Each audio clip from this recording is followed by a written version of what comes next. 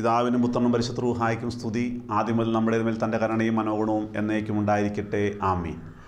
ദൈവതിരുനാമത്തിന് മഹത്വമുണ്ടാകട്ടെ. എല്ലാ പ്രിയപ്പെട്ടവർക്കും കർത്താവായ യേശുക്രിസ്തുവിൻ്റെ നാമത്തിൽ എൻ്റെ സ്നേഹവന്ദനം മുന്നമേ അറിയിക്കുന്നു. പ്രിയ വിശ്വാസികളെ, ഇന്നത്തെ ചിന്തയ്ക്കായി തിരഞ്ഞെടുത്തിരിക്കുന്നതായ വചനഭാഗം പുറപ്പാട് പുസ്തകം 23-ാം അധ്യായം അതിൻ്റെ 25-26 തിരുവചനങ്ങളാണ്. പുറപ്പാട് പുസ്തകം 23-ാം അധ്യായം 25-26 തിരുവചനങ്ങൾ. നിങ്ങളുടെ ദൈവമായ യഹോവയെ തന്നെ സേവിപ്പിൻ, എന്നാൽ അവൻ നിൻ്റെ അപ്പത്തെയും വെള്ളത്തെയും അനുഗ്രഹിക്കും. ഞാൻ രോഗങ്ങളെ നിൻ്റെ നടുവിൽ നിന്ന് അകറ്റിക്കളയും.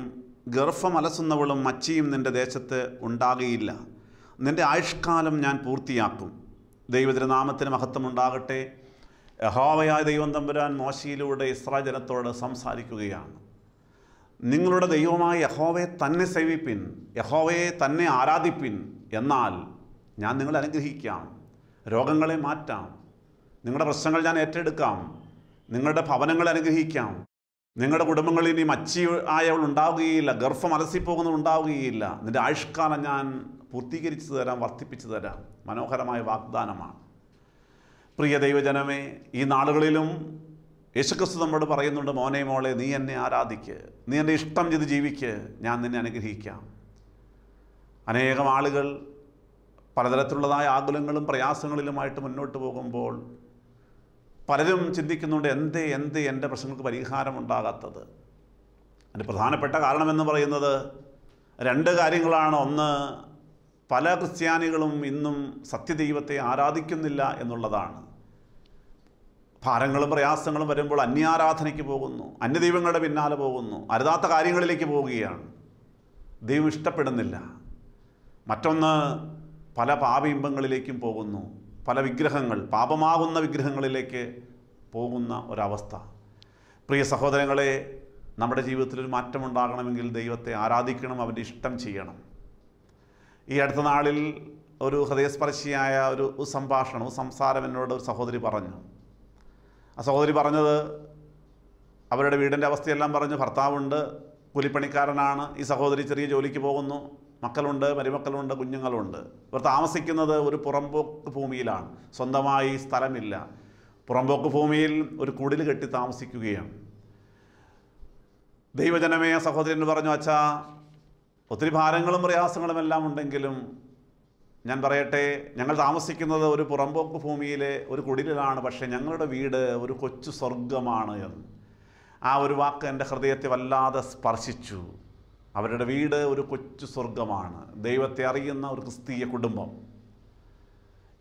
ഇതോട് ചേർന്നൊരു കാര്യം കൂടി പറയാൻ ആഗ്രഹിക്കുന്നു. ഏതാനും വർഷങ്ങൾക്ക് മുൻപ് ഒരു കോടീശ്വരനായ മനുഷ്യനെ കാണുവാൻ പോകുകയുണ്ടായി. എൻ്റെ ഒരു സ്നേഹിതൻ ആ മനുഷ്യൻ്റെ കയ്യിൽ നിന്നും അന്യായ പലിശയ്ക്ക് കുറച്ച് പണം കടം വാങ്ങി. ആ വ്യക്തി അന്യായ പലിശയ്ക്ക് പണം കടം കൊടുക്കുന്ന ഒരാളാണ്. ഒരു ഓഫീസെല്ലാം ഉണ്ട്. അദ്ദേഹം പിടിച്ചു പറിക്കുന്ന ഒരു മനുഷ്യനാണ്. എന്തായാലും പറഞ്ഞ പലിശ സമ്മതിച്ച് എൻ്റെ സ്നേഹിതൻ അദ്ദേഹത്തിൻ്റെ കയ്യിൽ നിന്നും പണം വാങ്ങി. ഒരു വലിയ എമൗണ്ടായിരുന്നു. പലിശ കൊടുത്തുകൊണ്ടിരുന്നു. വലിയ പലിശയായതുകൊണ്ട് കൊടുത്ത് ഇദ്ദേഹം വലിയ കടക്കാരനായി മാറി. സഹോദരങ്ങളെ, മറ്റനേകം ആളുകളിൽ നിന്ന് പണം വാങ്ങേണ്ടി വന്നു. വലിയ ബുദ്ധിമുട്ടും പ്രയാസവുമായപ്പോൾ, ജീവിതത്തിൽ ഒരിഞ്ച് പോലും മുന്നോട്ട് പോകാൻ വയ്യാതെ വന്നപ്പോൾ, അവസാനം ഇത്തിരി ഭൂമി വിറ്റ് ആ കടം തീർക്കുവാനായിട്ട്, മുതലും പലിശയുമായിട്ട് അദ്ദേഹത്തെ കാണുവാൻ, ഡോക്യുമെൻറ്റ്സ് തിരിച്ചു വാങ്ങുവാനായിട്ട് പോകുന്ന വഴി എന്നോട് പറഞ്ഞു, അച്ഛനും കൂടി ഒന്ന് വരാമോ? ഒരു വൈദികൻ വന്നു കഴിഞ്ഞാൽ, ഞാൻ ഒത്തിരി പലിശ കൊടുത്തതാണ്, വലിയ പലിശ കൊടുത്തു, അതുകൊണ്ട് പലിശയെങ്കിലും കുറവ് ചെയ്ത് കിട്ടുമല്ലോ എന്നുള്ളതായ ആ കാര്യം പറഞ്ഞപ്പോൾ ഞാനും കടന്നുപോയി. എനിക്ക് ആ വ്യക്തിയെ പരിചയമില്ല. അവിടെ കടന്നു ചെന്നു, അദ്ദേഹത്തിൻ്റെ ഓഫീസിൽ കടന്നു ചെന്നു. ധനാഢ്യനായ ഒരു മനുഷ്യൻ. ഞാൻ പറഞ്ഞു, സഹോദര, കാര്യങ്ങൾ ഇങ്ങനെയൊക്കെയാണ്. ഇദ്ദേഹം കടം കയറി മുടിഞ്ഞു, വലിയ കടക്കണിയിലാണ്, വലിയ പ്രതിസന്ധിയിലാണ്.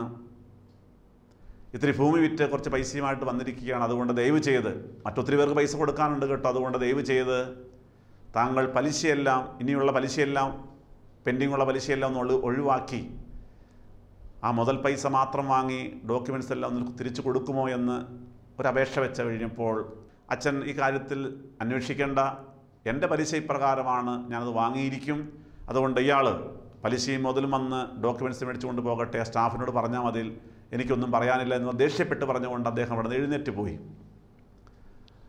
സഹോദരങ്ങളെ, അദ്ദേഹം പോയി കഴിഞ്ഞപ്പോൾ നിവൃത്തിയില്ലാതെ വന്നു.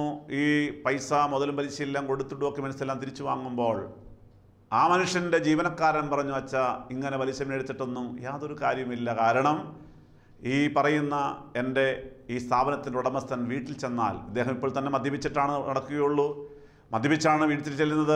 വീട്ടിൽ ചെന്ന് കഴിഞ്ഞാൽ അവിടെ വഴക്കാണ്, ഭാര്യയുമായി യാതൊരു യോജിപ്പുമില്ല. ആ വീടിൻ്റെ വാതിൽ തുറന്നു കൊടുക്കാൻ പോലും ഭാര്യ തയ്യാറാകില്ല. വലിയ പ്രതിസന്ധിയാണ്.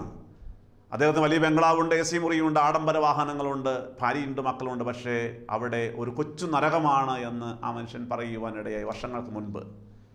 സഹോദരങ്ങളെ, 2 ഭവനങ്ങൾ ഞാൻ പരിചയപ്പെടുത്തിയല്ലോ. ഒരു വീട് കൊച്ചു നരകമാണ്, ഒരു വീട് കൊച്ചു സ്വർഗമാണ്. രണ്ടും ക്രിസ്തീയ ഭവനങ്ങളാണ്.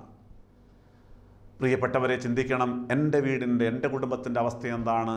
കൊച്ചു നരകമാണോ കൊച്ചു സ്വർഗമാണോ എന്ന് നമുക്ക് മാറ്റുവാൻ ഇനി സമയമുണ്ട്. ആരും പേടിക്കേണ്ട, ഭ്രമിക്കേണ്ട, നിരാശപ്പെട്ടു പോകേണ്ട ആവശ്യമില്ല.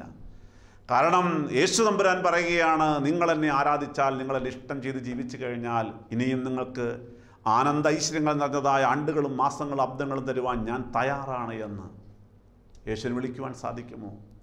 അപ്പോൾ ചിന്തിക്കാം, ഞാൻ വലിയ തെറ്റൊന്നും ചെയ്യുന്നില്ലല്ലോ, ഞാൻ യേശുവിനെതിരായി പാപം ചെയ്യുന്നുണ്ടോ ഇല്ലല്ലോ എന്നുള്ള ചിന്തിച്ച് പോയേക്കാം. എന്നാൽ അപ്പോസ്തലനായ പൗലോസ്ലീഹ 1 കൊരിന്ത്യർ ലേഖനം 8-ാം അധ്യായം 12-ാം വാക്യത്തിൽ നമ്മളോട് സംസാരിക്കുന്നുണ്ട്.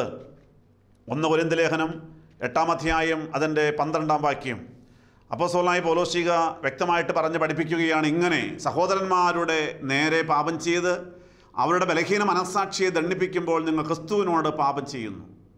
ഒന്നുകൂടി വായിക്കട്ടെ. ഇങ്ങനെ സഹോദരന്മാരുടെ നേരെ പാപം ചെയ്ത് അവരുടെ ബലഹീന മനസ്സാക്ഷിയെ ദണ്ഡിപ്പിക്കുമ്പോൾ നിങ്ങൾ ക്രിസ്തുവിനോട് പാപം ചെയ്യുന്നു. സഹോദരങ്ങളെ, നാം നമ്മുടെ സഹോദരന്മാരെന്ന് പറയുമ്പോൾ സ്വന്തം സഹോദരന്മാർ മാത്രമല്ല, മറ്റുള്ള എല്ലാവരോടും അവരെ ദണ്ഡിപ്പിക്കുമ്പോൾ, അവരുടെ കയ്യിൽ നിന്ന് അന്യായമായി പലിശ വാങ്ങുമ്പോൾ, അവർ ഉപദ്രവിക്കുമ്പോൾ, അവർക്കെതിരെ കള്ളസാക്ഷ്യം പറയുമ്പോൾ, മറ്റ് സഹജീവികളോട് എന്തെല്ലാം കരുണയില്ലാത്ത കാര്യങ്ങൾ ചെയ്യുമ്പോൾ, കാണിക്കുമ്പോൾ എല്ലാം വാസ്തവത്തിൽ നാം യേശുവിനോട് പാപം ചെയ്യുകയാണ്, യേശുവിനെ വേദനിപ്പിക്കുകയാണ്.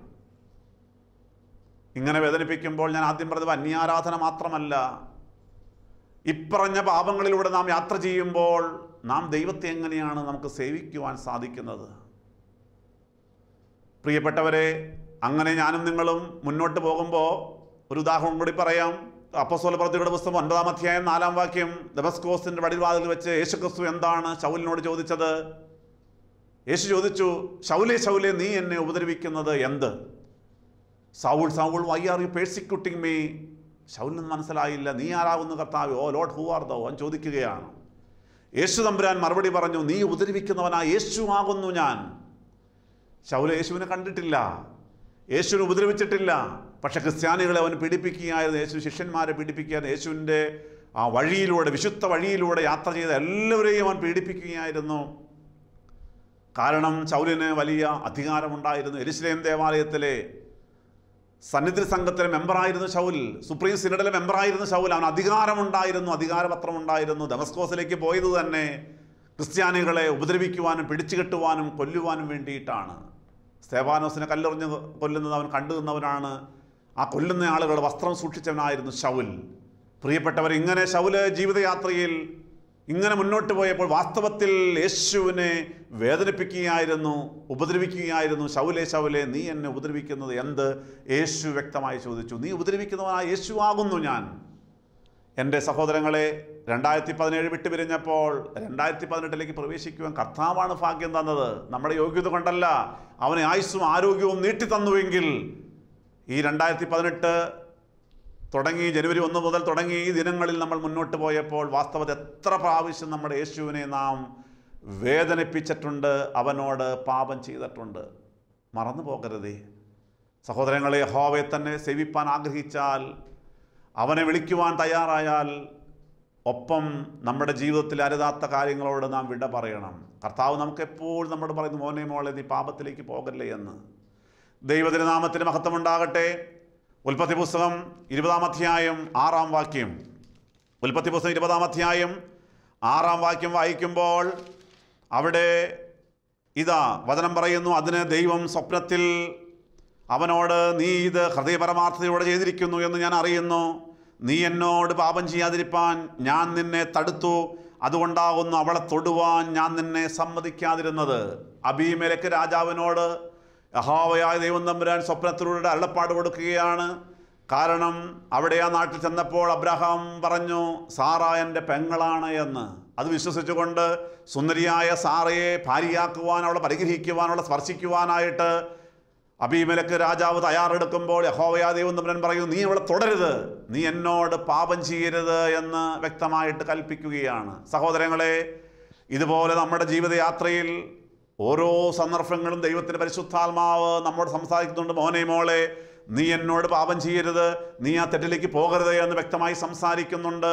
ദൈവത്തിൻ്റെ നാമത്തിന് മഹത്വം ഉണ്ടാകട്ടെ. എന്നാൽ ഞാനും നിങ്ങളും എന്താണ് ചെയ്യുന്നത്? നമ്മുടെ കുഞ്ഞ് ഒരു മെഴുകുതിരി കത്തിച്ച് വെച്ചിരിക്കുന്നു. ആ മെഴുകുതിരി വെളിച്ചത്തിൽ പിടിക്കുവാനായിട്ട് മുന്നോട്ട് ഓടുമ്പോൾ നമ്മൾ ആ കുഞ്ഞിനെ തടയുകയാണ്. മോനെ മോളെ പോകണ്ട, അപകടമാണ്, കൈ പൊള്ളും എന്ന് നമ്മൾ പറയാറുണ്ട്. അങ്ങനെ നമ്മുടെ കൈ തട്ടി മാറ്റിയിട്ട് ആ കുഞ്ഞ് പോയി ആ മെഴുകുതിരി വെളിച്ചത്തിൽ ആ കുഞ്ഞ് കൈ കാണിക്കുമ്പോൾ കുഞ്ഞിൻ്റെ കൈ പൊള്ളുന്നു, കുഞ്ഞ് നിലവിളിക്കുകയാണ്. ഒപ്പം തന്നെ അതിലേക്കാ ഉപരിയായി നമ്മുടെ ഹൃദയം വേദനിക്കുകയാണ്, അയ്യോ എൻ്റെ മോനല്ലേ, എൻ്റെ മോൾക്ക് അപകടം പറ്റിയല്ലോ എന്ന്. സഹോദരങ്ങളെ, ഇതുപോലെ ഓരോ സന്ദർഭങ്ങൾ യേശുവിൻ്റെ കൈ തട്ടി മാറ്റിയിട്ട് ഞാനും നിങ്ങളും മുന്നോട്ട് പോവുകയല്ലേ? പാപത്തിലേക്ക് പോകുമ്പോൾ, പാപം ചെയ്യുമ്പോൾ, പാപം കാണുമ്പോൾ യേശുവിൻ്റെ ഹൃദയം വേദനിക്കുകയല്ലേ? ചിന്തിക്കണമേ, ഈ നാളുകളിൽ ഞാൻ യേശുവിനോട് പാപം ചെയ്താണോ മുന്നോട്ട് പോയത്? പ്രിയപ്പെട്ടവർ, അങ്ങനെ മുന്നോട്ട് പോയാൽ നമ്മുടെ ജീവിതം അനുഗ്രഹിക്കപ്പെടുകയില്ല. നമ്മുടെ ഭവനങ്ങൾ കൊച്ചു കൊച്ചു സ്വർഗങ്ങളായി മാറുകയില്ല. വഴക്കും പിണക്കവും വാശിയും വൈരാഗ്യവുമായിട്ട് ഇങ്ങനെ മുന്നോട്ട് പോയിട്ട് കാര്യമുണ്ടോ? നാം തീരുമാനമെടുക്ക്. നമ്മുടെ ജീവിതത്തിൽ, നമ്മുടെ കുടുംബജീവിതത്തിലും ഒരു മാറ്റമുണ്ടാകണ്ടേ, ഐശ്വര്യമുണ്ടാകണ്ടേ, അഭിവൃദ്ധി ഉണ്ടാകണ്ടേ. ദൈവത്തെ ആരാധിക്കണം, അവനെ വിളിക്കണം, അരുതാത്ത വഴികളിലൂടെ വിട പറയണം. സഹോദരങ്ങളെ, ഓരോ സന്ദർഭത്തിലും കർത്താവ് നമുക്ക് ഇപ്രകാരം നമ്മെ തടുക്കുന്നുണ്ട്. ഉൽപ്പത്തി പുസ്തകം 19-ാം അധ്യായം അതിൻ്റെ 15-16 വാക്യങ്ങൾ വായിക്കുമ്പോൾ ഏറ്റവും മനോഹരമാണ് കേട്ടോ. ഉൽപ്പത്തി പുസ്തകം 19-ാം അധ്യായം അതിൻ്റെ 15-16 തിരുവചനങ്ങൾ ഇങ്ങനെയാണ് വായിക്കുന്നു. ഉഷസായപ്പോൾ ദൂതന്മാർ ലോത്തിനെ ബന്ധപ്പെടുത്തി, ഈ പട്ടണത്തിൻ്റെ അകൃത്യത്തിൽ നശിപ്പാതിരിപ്പാൻ എഴുന്നേറ്റ് നിന്റെ ഭാര്യയെയും ഇവിടെ കാണുന്ന 2 പുത്രിമാരെയും കൂട്ടിക്കൊണ്ട് പൊയ്ക്കൊള്ളുക എന്ന് പറഞ്ഞു. അവൻ താമസിച്ചപ്പോൾ യഹോവ അവനോട് കരുണ ചെയ്യുകയാൽ ആ പുരുഷന്മാർ അവനെയും ഭാര്യയെയും 2 പുത്രിമാരെയും കൈക്ക് പിടിച്ച് പട്ടണത്തിൻ്റെ പുറത്തു കൊണ്ടുപോയി ആക്കി. ദൈവതിരുനാമത്തിന് മഹത്വം ഉണ്ടാകട്ടെ. സോദോം ഗോമോറ പട്ടണങ്ങൾ ഏറ്റവും മ്ലേച്ഛതയുള്ള പാപങ്ങളിലേക്ക് പോയപ്പോൾ യഹോവയാ ദൈവം തമ്പുരാൻ തീയും ഗന്ധവും വർഷിപ്പിച്ചുകൊണ്ട് പട്ടണം നശിപ്പിക്കുവാൻ തീരുമാനമെടുത്തപ്പോൾ ദൈവത്തിൻ്റെ കൽപ്പന അനുസരിച്ചുകൊണ്ട് ദൂതന്മാർ വന്ന കാര്യങ്ങളെല്ലാം ലോത്തിനോട് പറഞ്ഞു. വേഗം ഓടിപ്പോയിക്കൊള്ളുക, അവിടെ നിൽക്കണ്ട, അടുത്ത പർവ്വതത്തിലേക്ക് പോയിക്കൊള്ളൂ, ഓടിപ്പോയിക്കൊള്ളൂ, നിന്റെ ഭാര്യയും മക്കളും വിളിച്ചുകൊണ്ട് പോയിക്കൊള്ളൂ, രക്ഷപ്പെടൂ. ലോത്തിന് തോന്നി, ഏതായാലും പോവുകയല്ലേ, രക്ഷപ്പെടാൻ പോവുകയാണ്, പോരാ, എൻ്റെ പെൺമക്കളെ വിവാഹം ചെയ്യുവാൻ നിശ്ചയിച്ചിരിക്കുന്നതായ മരുമക്കളെന്ന് പറഞ്ഞാലോ. തൊട്ടു മുമ്പുള്ള വാക്യത്തിൽ അവിടെ ചെന്ന് പറയുന്നുണ്ട് കേട്ടോ. എന്നാൽ ലോത്തിൻ്റെ മരുമക്കൾ പറയുന്നു, ഇവൻ കളി പറയുന്നു എന്ന് പറഞ്ഞുകൊണ്ട് ആ കാര്യങ്ങൾ അവഗണിച്ചു കളഞ്ഞു.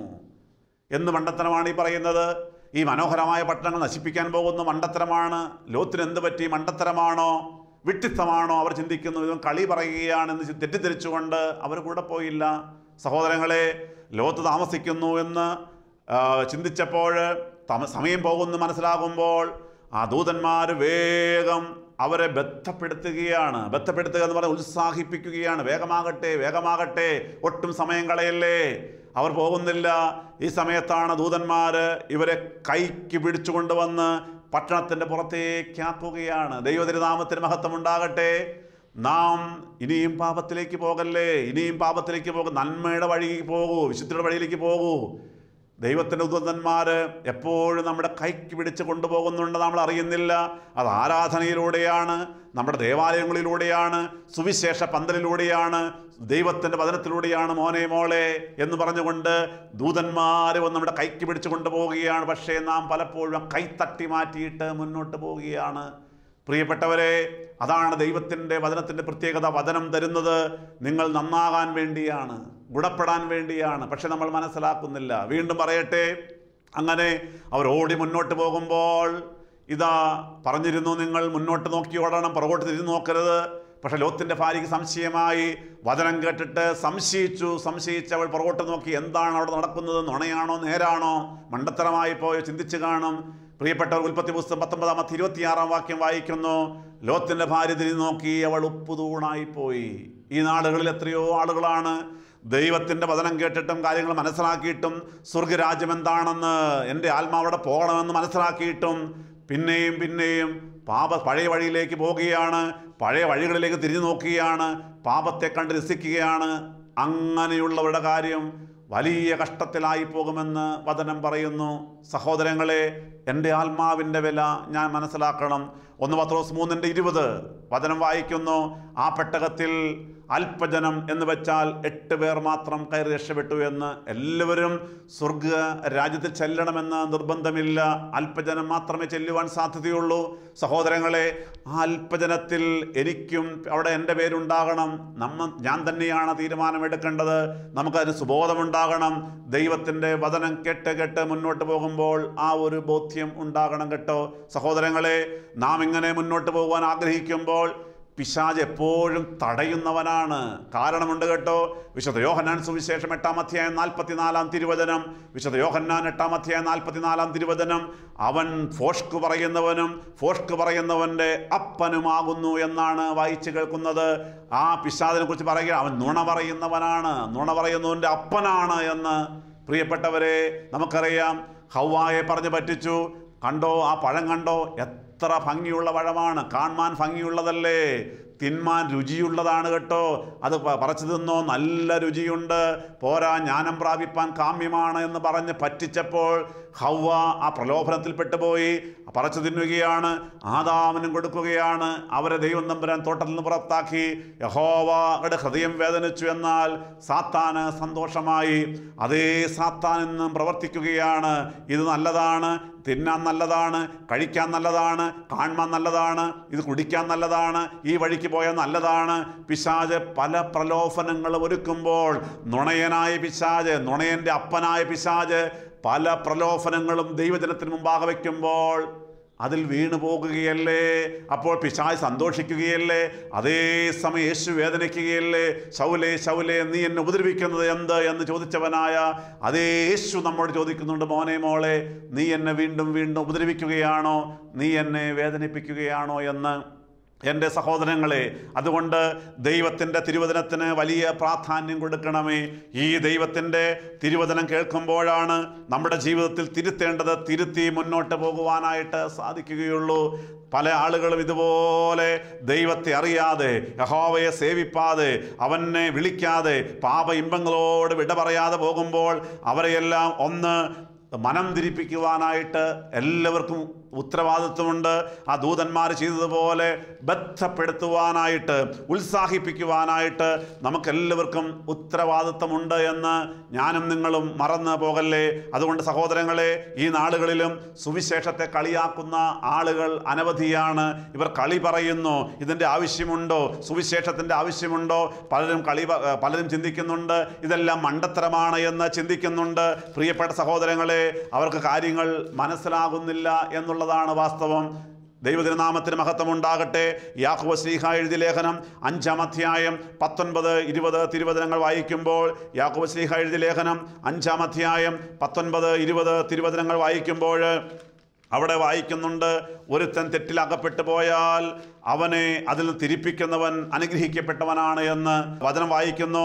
യാക്കോബിന്റെ ലേഖനം 5-20 വാക്യം, സഹോദരന്മാരെ, നിങ്ങൾ ഒരുവൻ സത്യം വിട്ട് തെറ്റിപ്പോവുകയും അവനെ ഒരുവൻ തിരിച്ചു വരുത്തുകയും ചെയ്താൽ പാപിയെ നേർവഴിക്ക് ആക്കുന്നവൻ അവൻ്റെ പ്രാണനെ മരണത്തിൽ രക്ഷിക്കുകയും പാപങ്ങളുടെ ബഹുത്വം മറയ്ക്കുകയും ചെയ്യുമെന്ന് അവൻ അറിഞ്ഞുകൊള്ളട്ടെ.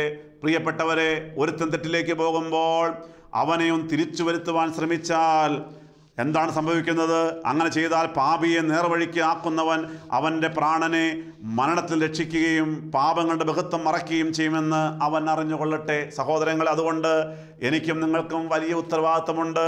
നമ്മുടെ സ്നേഹിതവർ, നമ്മുടെ അറിയാവുന്ന വ്യക്തികൾ, ആരെങ്കിലും ആയിക്കോട്ടെ, അവരെല്ലാം തെറ്റിലേക്ക് പോകുമ്പോൾ അവരെ നമ്മൾ കളിയാക്കാതെ അവരെ നേർവഴിക്ക് നയിക്കുവാനായിട്ട്, സുവിശേഷം കൊടുക്കുവാനായിട്ട്, ഒരു ധ്യാനത്തിന് കൂട്ടിക്കൊണ്ടുവരുവാനായിട്ട് എല്ലാവർക്കും ഉത്തരവാദിത്വമുണ്ട്, മറന്നു പോകല്ലേ.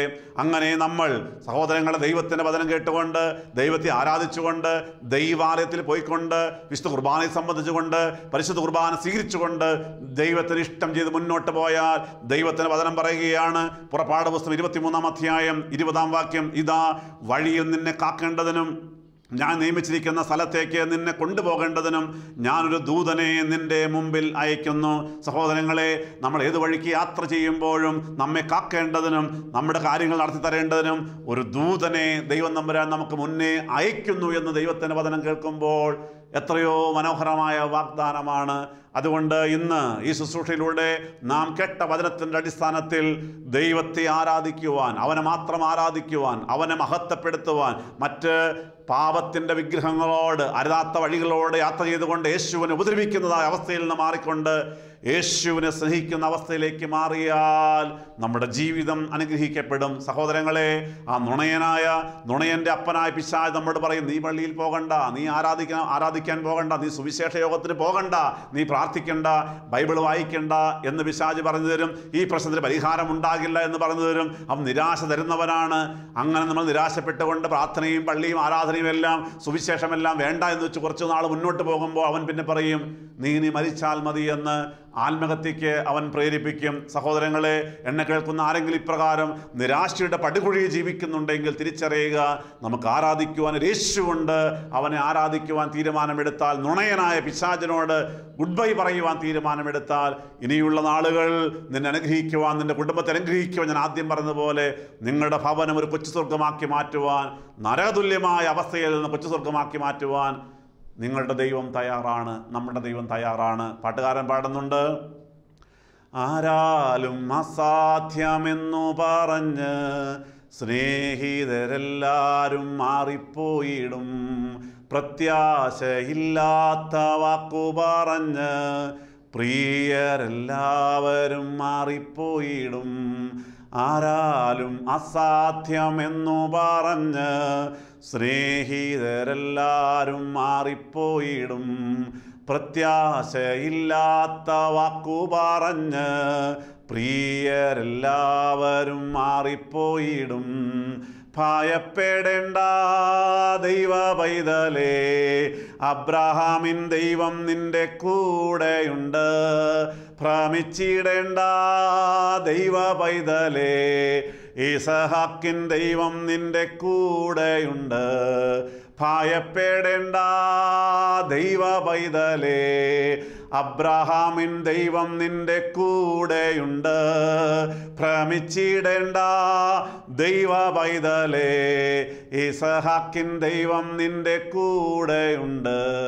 സഹോദരങ്ങളെ, ആ യേശു എൻ്റെ കൂടെയുണ്ട് എന്നുള്ള വിശ്വാസത്തോടെ ആ യേശുവിനെ ആരാധിക്കുവാൻ നമുക്ക് തീരുമാനമെടുക്കാം. നമുക്കൊരു നിമിഷം കൂടി പ്രാർത്ഥിക്കാം. ഹല്ലേലൂയ, ഹാലലുയ്യ, ഹാലലുയ്യ, ഹാലലുയ്യ, ഹാലലുയ്യ, ഹാലലുയ്യ.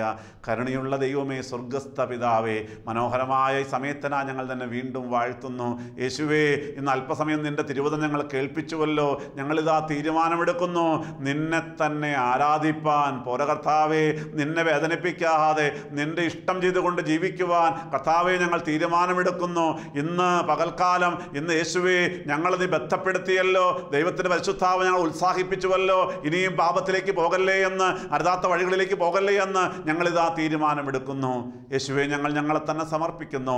കർത്താവേ, ഞങ്ങളുടെ നിരാശ മാറ്റണമേ, ആകുലങ്ങൾ മാറ്റണമേ, ആ പിശാച് തരുന്നതായ ആത്മഹത്യാ പ്രവണത മാറ്റണമേ, ഐശ്വര്യം നൽകണമേ, ഞങ്ങളുടെ ഭവനങ്ങൾ കൊച്ചു കൊച്ചു സ്വർഗങ്ങളാക്കി മാറ്റണമേ, എല്ലാ നന്മകളാലും നിറയ്ക്കണം കർത്താവേ. ഈ വചനം കേൾക്കുന്ന രോഗികളെ നീ സൗഖ്യമാക്കണമേ. നീ വാഗ്ദാനം ചെയ്തുവല്ലോ, എന്നെ ആരാധിച്ചാൽ രോഗങ്ങളെ മാറ്റിത്തരാമെന്ന്. ഗർഭം അലസിപ്പോകുന്നുണ്ടാകുകയില്ല എന്ന്, മച്ചി ഉണ്ടാകുകയില്ല എന്ന്. യേശുവേ, ഓരോ കുടുംബങ്ങളിലും നീ അനുഗ്രഹിക്കണമേ, ഗർഭഫലം കൊടുക്കണമേ, രോഗികളെ സൗഖ്യമാക്കണമേ എന്ന് പ്രാർത്ഥിക്കുന്നു. സകലവും യേശുവിൻ നാമത്തിൽ ചോദിക്കുന്ന പിതാവാൻ ദൈവമേ, പ്രാർത്ഥന കേട്ട് ഉത്തരം ചെയ്യുമാറാകണമേ. ആമീൻ. ഹല്ലേലൂയ.